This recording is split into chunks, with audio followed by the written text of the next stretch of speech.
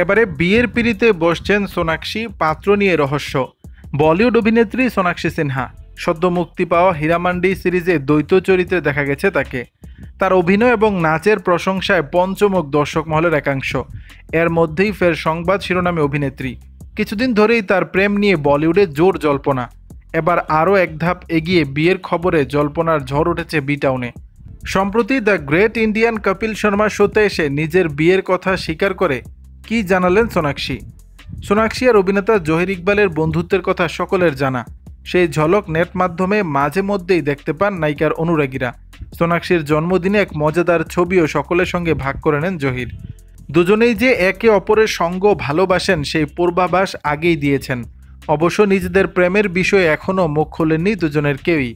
তবে গত বছর ক্যামেরার সামনে তারা প্রথম এক প্রেমে ধরা দেন সালমান খানের বোন অর্পিতা খানের ঈদের পার্টিতে।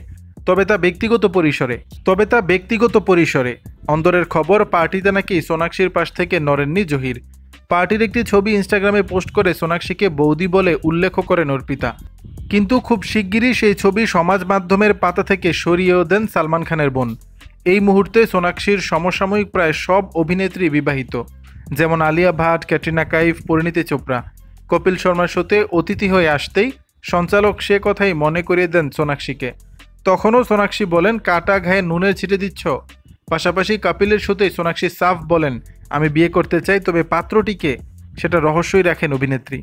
দর্শক, বিষয়টি নিয়ে আপনাদের মতামত জানাবেন নিচের কমেন্ট বক্সে।